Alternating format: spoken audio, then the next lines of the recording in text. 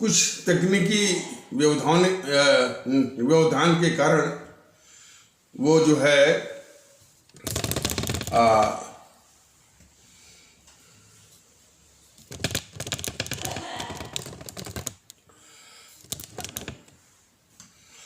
कुछ तकनीकी व्यवधान के कारण वो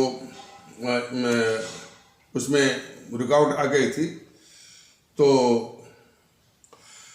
वो जो इसके पहले वाला जो भाग है वो 6 से 31 B1 रहेगा और ये भाग जो है 6 से 31 B2 रहेगा। लेकिन दोनों को मिला करके ही देखने का निवेदन है। आप सभी आदरणीय भारतीय भाई बहन दोनों को एक साथ देखिएगा।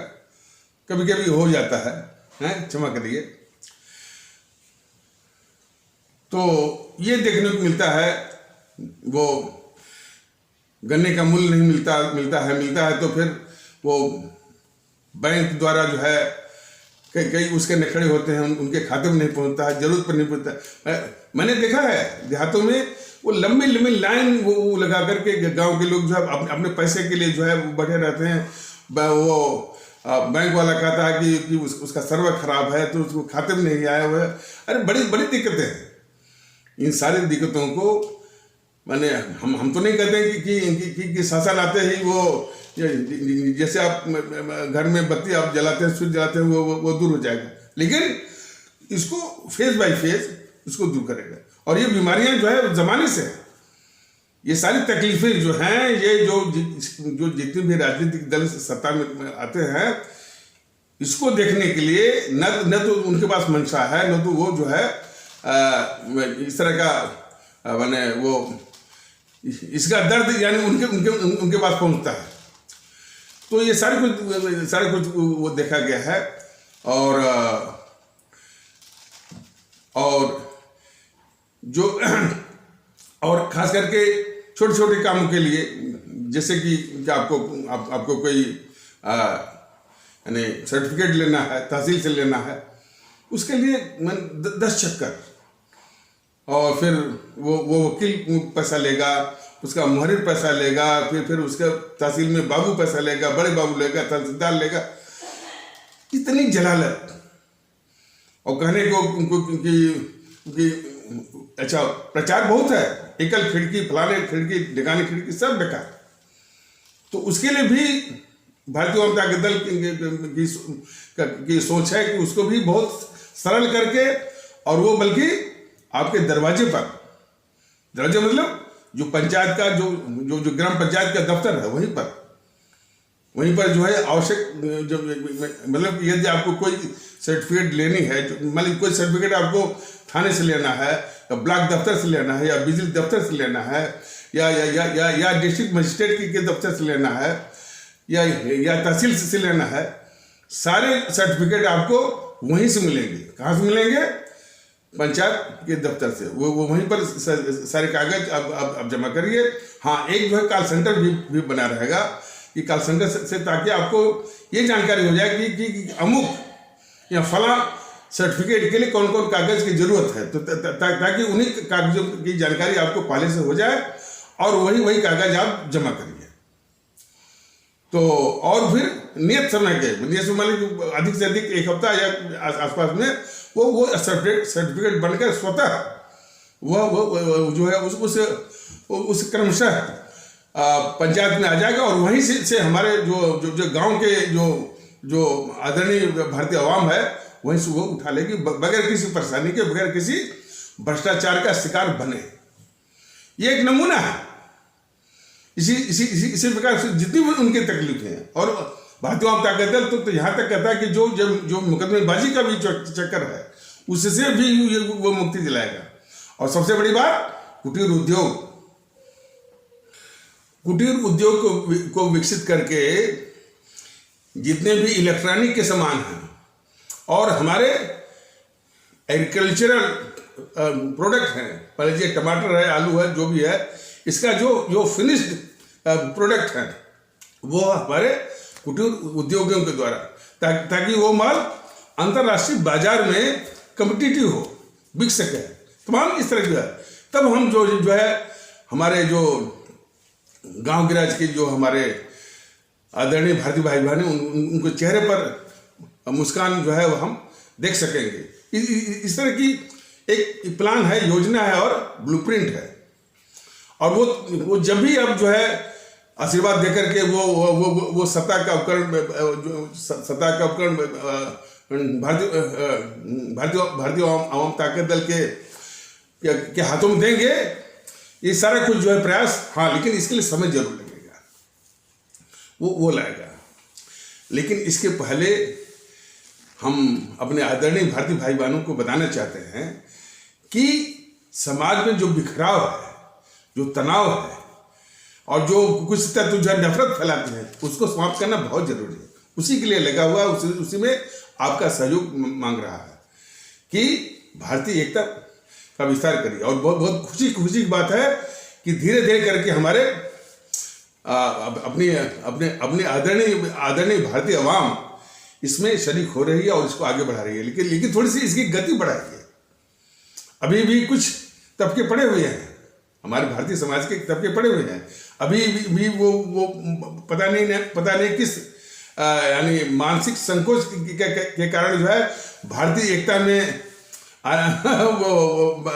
भारतीय एकता आने में वो दूर से ही वो तमाशा देख रहे हैं।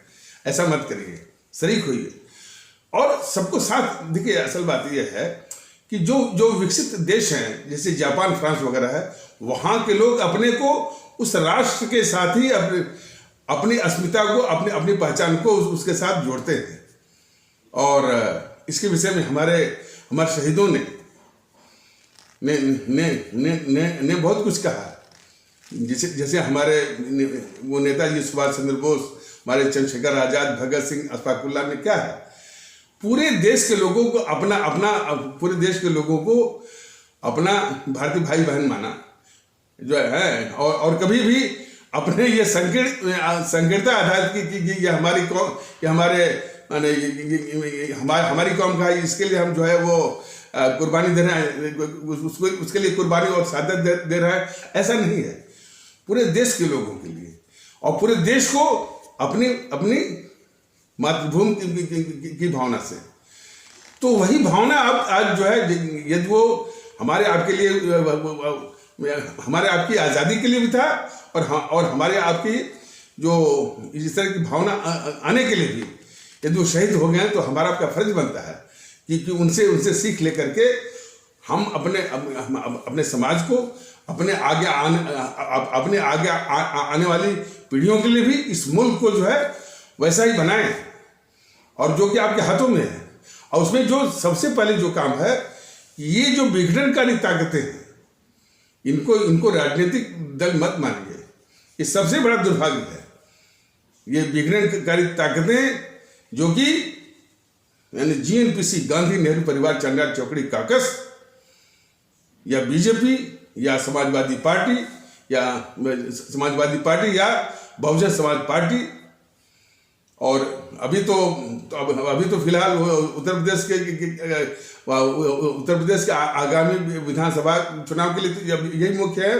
लेकिन और जगहों पर भी आरजेडी है, जेडीयू, जेडीएस है, टीएमसी जो है बहुत ही खतरनाक और महत्वाकांक्षा उसकी कितनी है, उसके ममता बनर्जी जो इतनी बड़ी इस देश की दुश्मन है, वो प्रधानमंत्री का ख्वाब देख रही है। तो इस देश में तो अब हालात ये हो गए हैं कि जो ये राहुल गांधी, मैंने इतना बड़ा राहुल गांधी इतना बड़ा लुटेरा, देश को बांटने वाला, देश का गद्दार, और जो है वो जो कि ड्रग स्मगलिंग में जो पकड़ा गया था बोस्टन अमेरिका में, और जो है रायबरेली गेस्ट हाउस कांड में वो बलात्कार का आरोपी। तो ऐसे लोग भी प्रधानमंत्री बनने का ख्वाब देख रहे हैं। तो वो ये इस तरह की जो खतरनाक तत्व हैं अपने मुल्क के, वो उनका भरोसा यह है कि वो अपने इस विघटनकारी जो है, जो उनकी जो साजिश है, उसके हम आप शिकार हो जाएंगे। उनके इस भ्रम को तोड़ना है आपको। और इनको नष्ट में नाबूद करना है। इसके अलावा और कोई उपाय नहीं। तो और उसके संबंध में जो बताया जा रहा था कि ये जो जेएनपीसी है, जो जेएनपीसी का मोहनदास करमचंद गांधी जो है शुरू से झूठ बोलने वाला और शुरू से जो है इस मुल्क के साथ गद्दारी करने वाला। तो पिछले एपिसोड में बताया गया था कि जब लाल किले के अंदर जो है हमारे आज़ाद हिंद फौज और आज़ाद हिंद फौज के तीन जो है वो तीन सेना उपाध्यक्ष, एक हमारे हिंदू सनातन आस्था वाले भारतीय भाई बहनों के समाज से, एक हमारे इस्लाम आस्था वाले भारतीय भाई बहनों के समाज से, और एक हमारे सिख आस्था वाले भारतीय भाई बहनों के समाज से। मतलब कि एक पीके सहगल, दूसरे जो है एक जो है लेफ्टिनेंट जनरल पीके सहगल, दूसरे जो है लेफ्टिनेंट जनरल शाहनवाज, तीसरे जो है लेफ्टिनेंट जनरल आपके ढिल्लन साहब। तो इन पर जो मुकदमा चलाने का जो कुचक्र था अंग्रेजी शासन का या अंग्रेजों के द्वारा, वो सिर्फ जो है हम भारतीय भाई बहनों को नीचा दिखाने के लिए, हमारा आपका मनोबल तोड़ने के लिए कि लो जो तुम सुभाष चंद्र बोस जी को अपना सबसे बड़ा आदर्श मानते हो, मैं उनके आज़ाद हिंद फौज पर मुकदमा चला करके उनका क्या हासिल करता हूँ। ऐसे करके जो है वो भारतीयों का मनोबल जो है तोड़ने के लिए जो है आज़ाद हिंद फौज के सैनिकों को बंदी बना करके यहाँ इसी लाल किले में मुकदमा वो चलाने का प्रयास कर रही थी वो अंग्रेजी सरकार। लेकिन ये उल्टा पड़ा। जब हमारे एक जो है वो हिंदू सनातन आस्था वाले भारतीय भाई बहनों के समाज से वो पीके सहगल साहब, हमारे मैंने लेफ्टिनेंट जनरल पीके सहगल साहब, और हमारे इस्लाम आस्था वाले भारतीय भाई बहनों के समाज से हमारे लेफ्टिनेंट जनरल वो शाहनवाज साहब, और हमारे सिख आस्था वाले भारतीय भाई बहनों के समाज से वो ढिल्लन साहब, जब इन पर आए तो पूरी एकता की भावना जो है बिल्कुल वो प्रखर हो गई और पूरे देश में एकता की लहर दौड़ गई। तो उसी दौरान जो कांग्रेस की एक जो है गद्दार नेता थी अरुणा आसिफ अली जो है, उन्होंने इस जो है ये झूठा जो है मोहनदास करमचंद गांधी को चिट्ठी लिखी कि जो एकता आई है इसका हम लोग इस्तेमाल करें और एक कोशिश करें, एक अभियान चलाएं, आंदोलन चलाएं इस देश को बंटने से बचाने के लिए। तो उसके जवाब में वो बोला था मोहनदास करमचंद गांधी कि यह हिंदू मुस्लिम एकता नहीं है, यह तो हिंदू और मुसलमान जो है दीवालों पर हाथ मिला रहे। उसको अंग्रेजी में भी बोला गया था कि this is not an unity among Hindus and Muslims, they are joining hands at the barricades only. उसके इस जवाब पर उसके जवाब पर वो जो नेता थी अरुणा आसिफ अली ने फिर लिखा कि हाँ ठीक है, शुरू में दीवालों पर ही हाथ मिलाते हैं, लेकिन इन लोगों में एकता यहीं से शुरू होती है। मैंने इस बात पर आश्वस्त थी कि एकता है, ये झूठ बोल रहा है, ये बहाना कर रहा है मोहनदास करमचंद गांधी। लेकिन अब उनके इस यानी दूसरे पत्र के जवाब में वो चुप हो गया। मैंने अरुणा आसिफ अली नेता अरुणा आसिफ अली के दूसरे पत्र के जवाब में वो मोहनदास करमचंद गांधी वो चुप हो गया। और देखिए कितना मक्कार था वो। सन 1940 के बाद जब पहली बार पाकिस्तान की मांग की घोषणा हुई सार्वजनिक रूप से, तब से बराबर बोलता रहा पाकिस्तान मेरी लाश पर बनेगा, पाकिस्तान मेरी लाश पर बनेगा।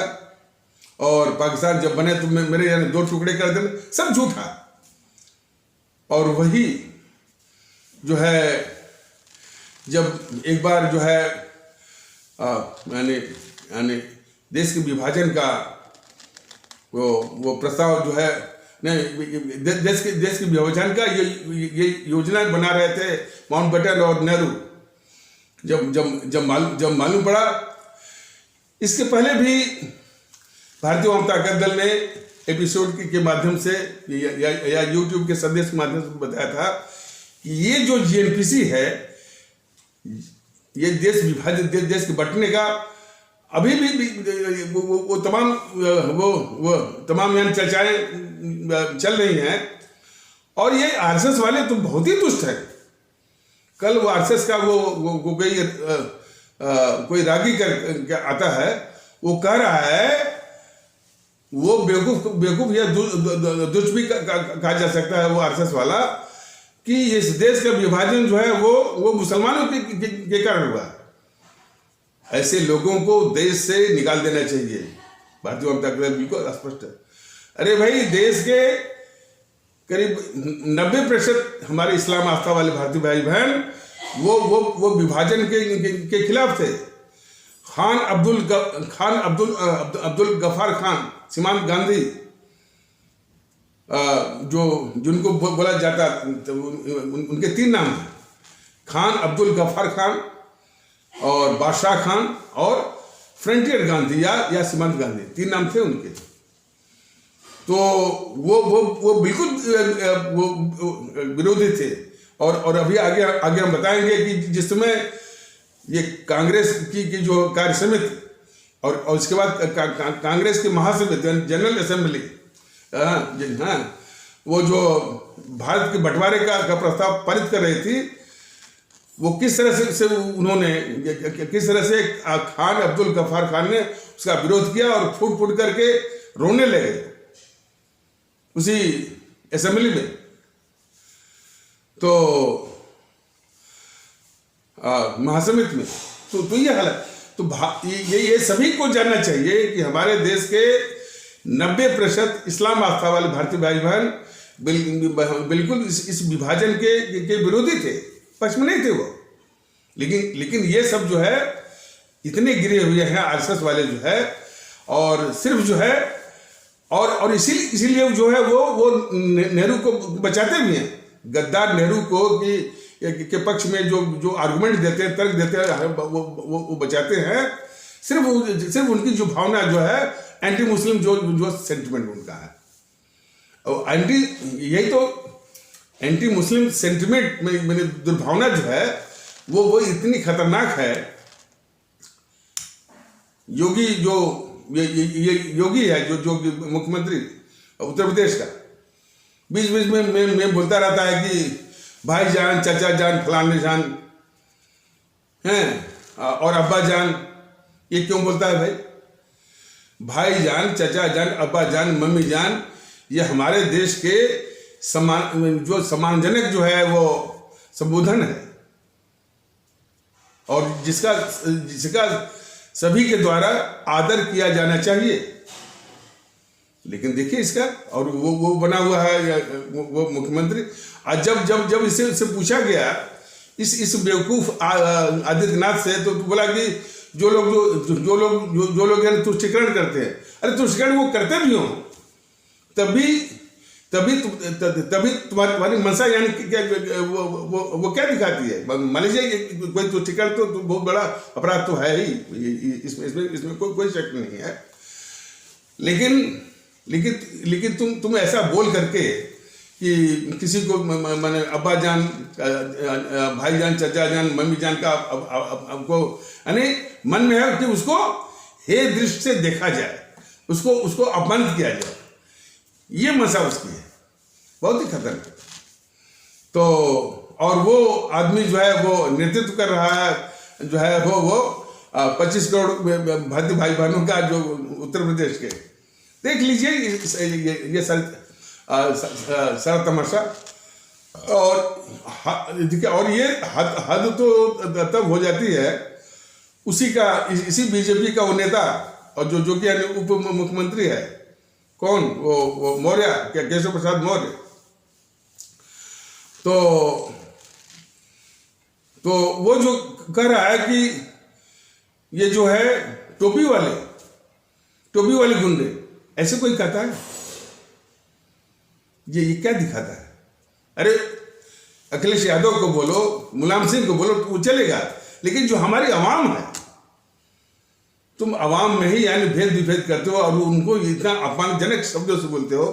फिर भी हमारे जो आदरणीय भारतीय आवाम है, खास करके हमारे आदरणीय और ये इस्लाम आस्था वाले भारतीय भाई बहनों से भारतीय आवाम ताकत दल की गुजारिश है कि ऐसे बेवकूफ़ों के और ऐसे जो कि दुर्भावना रखते हैं मन में, उनकी बातों पर विचलित मत होइए, भड़किए मत।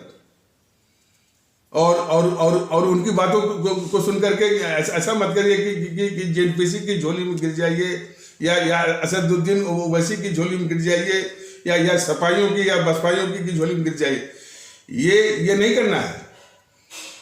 ये जो है वो केशव प्रसाद मौर्य हो चाहे बीजेपी हो, उसका इलाज है कि आपको सबको नष्ट में नाबूद करना है।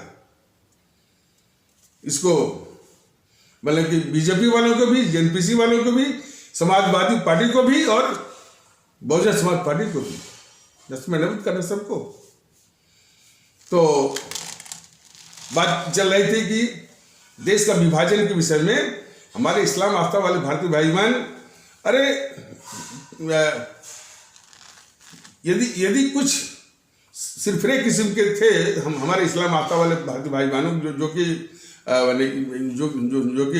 विभाजनकारी मानसिकता से ग्रसित थे, तो वो जो बॉम्बे प्रांत था, बॉम्बे प्रेसिडेंसी और मद्रास प्रेसिडेंसी, वहाँ के कुछ सिरफिरे वो माने इस तरह का यानी विभाजन के पक्ष में वो वहाँ से आवाज़ें उठ रही थी।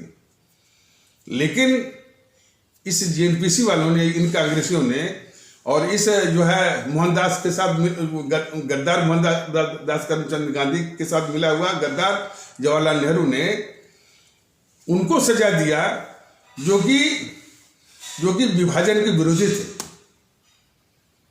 देखिए, उसने जो है पंजाब प्रांत में जो है वो लकीरें खिंचवाई और वो लकीर किसी के मैंने घर के आंगन से गुजरती हुई। इस कदर के दुष्ट था ये गद्दार जवाहरलाल नेहरू। तो और उसमें सबसे अधिक जो है दुख हुआ हमारे सीमांत गांधी या फ्रंटियर गांधी या खान अब्दुल गफ्फार खान या बादशाह खान को। वो सरेआम बोले थे कि इन कांग्रेसियों ने हमको भेड़ियों के हवाले छोड़ दिया है, बोले थे, सार्वजनिक रूप से बोले थे। तो इन तथ्यों को हमारे देश के लोगों को जानना चाहिए। तो आ जाइए इस पर कि जब जो है ये देश विभाजन की योजना सब फाइनल कर रहे थे, उसको अंतिम रूप दे रहे थे, ये दे रहे थे कौन? गद्दार जवाहरलाल नेहरू माउंटबेटन के साथ मिलकर के और वो उस पर जो है वो सार्वजनिक वक्तव्य भी जारी हो रहा था। तब जो है ये गद्दार मोहनदास करमचंद गांधी जो है जनता से क्या कह रहा है, और इसके पहले जरा सुन लीजिए कि क्योंकि इस समय विभाजन पर मैंने सोशल मीडिया पर तमाम चल रहा है इस पर, और जानिए कि इसके पीछे भारतीय जनता दल ने जो देश विभाजन जो कि इतनी बड़ी त्रासदी है उसके विषय में तमाम जानकारी जो है यूट्यूब के माध्यम से बता रहे कि असली कल्प्रिट, असली अपराधी जो है ये दोनों गद्दार थे, गद्दार मोहनदास करमचंद गांधी और गद्दार जवाहरलाल नेहरू। इनकी कारगुजारी, इनकी देश के खिलाफ गद्दारियों को बता रहा है। तो इसी को देख रहे कि तमाम जो है सोशल मीडिया पर उसको कंफ्यूज करने के लिए, उसको और भ्रमित करने के लिए वो चल रहा है। तो कंफ्यूज करने के लिए एक तो सब बोलते रहते हैं कि भाई विभाजन में जो है वो आरएसएस का हाथ था, उसमें जो है वो जिन्ना साहब का हाथ था, इसमें जो है वो जो है सावरकर का हाथ था, इसमें जो है वो जो मुस्लिम लीग का हाथ था। इतना सब जो है वो भ्रमित करने के लिए ये जेएनपीसी की ओर साजिशें चल रही हैं, और ये तो अब चल रही हैं, लेकिन उसी वक्त जो है वो ये गद्दार मोहनदास करमचंद गांधी जो है वो ये विभाजन का ठिकरा वो जनता के ऊपर फोड़ रहा था।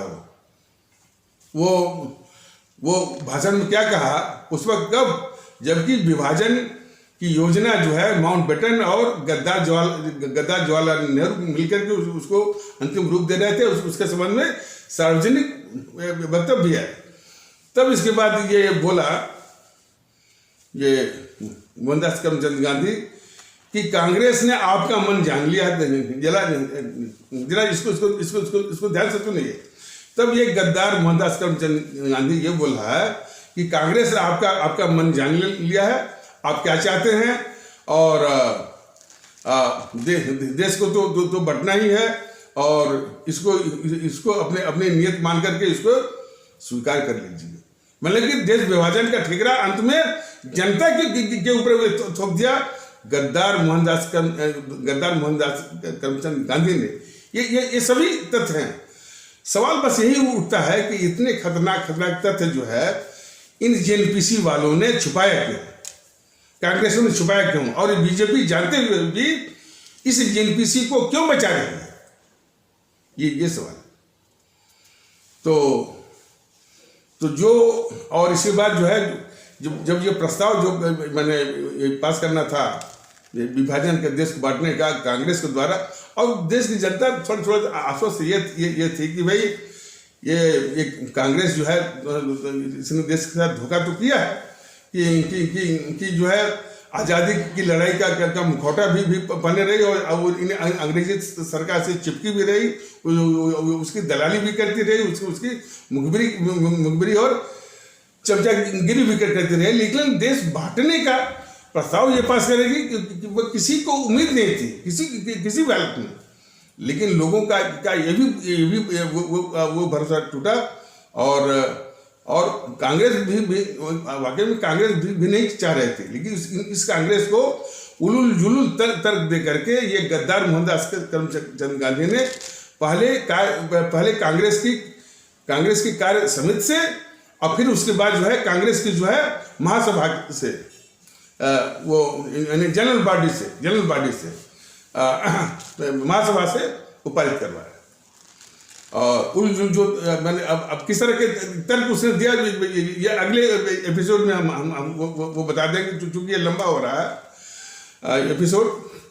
तो उलूल जुल तर्क दे करके दबाव डाल करके इसने कांग्रेस की कार्य समिति से भी और कांग्रेस की जो है जनरल बॉडी से भी, यानी सामान्य सभा से भी पारित करवाया। और इसका विरोध और लताड़ने वाले वो हमारे राष्ट्रवादी नेता सैफुद्दीन किचलू ने बहुत जो है वो कांग्रेस को लताड़ा, और हमारे खान अब्दुल गफ्फार खान तो उसी समिति में जब ये प्रस्ताव ये पास करवा रहा था गद्दार मोहनदास करमचंद गांधी, तो उसी में फूट कर वो रो पड़े कि इस कांग्रेस ने वो गद्दारी की है कि हमको इन भेड़ियों के हवाले कर दिया।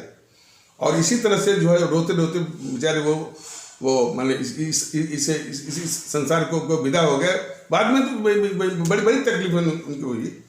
और तो ये इसलिए तो जो ये 1940 से लेकर बालावा बोला था कि पाकिस्तान मेरी लाश पर बनेगा, उस और देश ने भरोसा भी किया कि हाँ भाई ये बुढ़ा जिद्दी है और ये देश को बढ़ने नहीं देगा। लेकिन जनता को क्या मालूम कि इसके मन में क्या पल रहा है, ये किस तरह से झूठ बोल रहा है कि पाकिस्तान मेरी लाश पर बनेगा, और जो पाकिस्तान बनने के वाले मेरे दो टुकड़े कर देना इत्यादि बातें। और यही जो है देश विभाजन के लिए मेन इंस्ट्रूमेंटल था। ये मुख्य कारक था देश को बंटने में। मैंने कार्य समिति को जो है वो कांग्रेस की कार्य समिति को पर दबाव डाल करके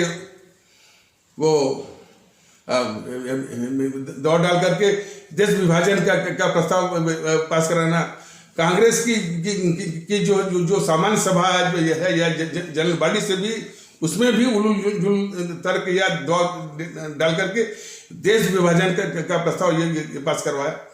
तो देश के साथ इसने बहुत बड़ा विश्वासघात किया। इसलिए 15 अगस्त जो है ये जो है विश्वासघात का दिवस है। सभी को जानना चाहिए कि यानी देश विभाजन जो है किसी भी रूप में आजादी का दिवस नहीं है। ये हमारी जो है वो राष्ट्रीय आपदा का या नेशनल ट्रेजेडी का दिवस है। और ये भी देश के लोगों को जानना जरूरी है कि कैसे कैसे और किस प्रकार जो है मैंने नेहरू और गद्दार जवाहरलाल नेहरू और गद्दार मोहनदास करमचंद गांधी की ये पापों को ढकने के लिए किस तरह के लोग, किस तरह की एजेंसियां, किस तरह के गिरोह सक्रिय है, इसको भी पहचानने की जरूरत है। लेकिन हमारा और भारतीय वामपंथी दल का अपने आदरणीय भारतीय वाम से मुख्तसर से इतना ही निवेदन है कि इतना दिमाग आप खर्च मत करिए और इतनी इंट्रिकेसी और इतनी उलझनों को समझना जो है वो हर एक के बस की बात नहीं होती है। आप बस संक्षेप में मुख्तसर से समझिए कि ये सब देश के दुश्मन हैं। इनको नष्ट में नाबूद करने की ताकत आप में है, वो भारतीयता के आधार पर एक होकर के, और ये जिम्मेदारी भी आपकी है। ये आदेश हमारे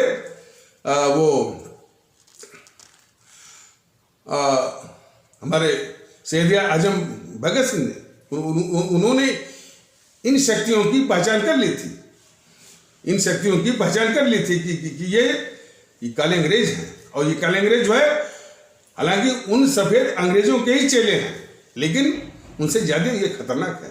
और ये सब काले अंग्रेज है। ये मैंने इनमें कोई अपवाद नहीं है। भारतीय जनता पार्टी हो, चाहे जेएनपीसी या कांग्रेस हो या समाजवादी पार्टी हो या बहुजन समाज पार्टी हो या टीएमसी हो या जेडीयू जेडीएस हो, शिवसेना हो, एनसीपी हो, टीडीपी या डीएमके या एआईएडीएमके हो, अकाली हो, सब ये काले अंग्रेज हैं। इनको नष्ट में नाबूद करने की जिम्मेदारी आपकी है। और ये रूप बदल करके भले अब क्या है, समाजवादी पार्टी के लोग बस डीजल पेट्रोल महंगाई और बेरोजगारी। अरे बेरोजगारी में इस समाजवादियों का बहुत बड़ा हाथ है। फर्जी जो है वो संस्थाओं को स्थापित करवा करके भ्रष्टाचार के द्वारा तमाम ये इंजीनियरिंग कॉलेज है और ये मेडिकल कॉलेज है, फलानी कॉलेज है सब। तो ये कभी भी हमारी आवाम का और हमारे प्रदेश का, हमारे देश का भला कर नहीं सकते। समाजवादियों का भी आपने माहौल देखा होगा। पूरा जो है माफिया राज, गुंडा राज, किसी की भी संपत्ति को जो है वो दखल कर लेना, फर्जी बैनामे, तो अब ये है। और जो पुलिस बल है, पुलिस प्रशासन है जनता की रक्षा के लिए, उसको ये इस्तेमाल करते थे अपने प्रतिद्वंदियों और अपने विरोधियों के खिलाफ, पुलिस बल को। जैसा कि बताया गया था कि ये मैंने ब्लॉक स्तर के भी जो कार्यकर्ता थे सपा के, वो थानेदार की टेबल के सीधे आगे आकर के जो है गुंडे के बल पर वो जीप थे लगाते। तो ये चरित्र है उनका। अरे इसी लखीमपुर खीरी में हमारे इस्लाम आस्था वाले भारतीय भाई बहनों के समाज की बच्चियां थीं स्कूल जाने वाली, इन्हीं समाजवादी पार्टी के गुंडे से आतंकित होकर के वो स्कूल जाने वाली हमारे इस्लाम आस्था वाले भारतीय भाई बहनों समाज की वो दोनों बच्चियां स्कूल जाने वाली, वो उनको आत्महत्या करना पड़ा। तो ये असर क्या है सर? इसलिए बस जो आपके हाथ में ताकत है, लेकिन वो ताकत कब आएगी? एकता, भारतीयता के आधार पर एकता और भारतीय माहौल ला करके। और बड़ी खुशी है कि धीरे धीरे लोग आ रहे हैं। थोड़ी सी गति थोड़ा देखना पड़ेगा, लेकिन लोग आ रहे हैं और एक होकर के नस्ल में नाबूद करें।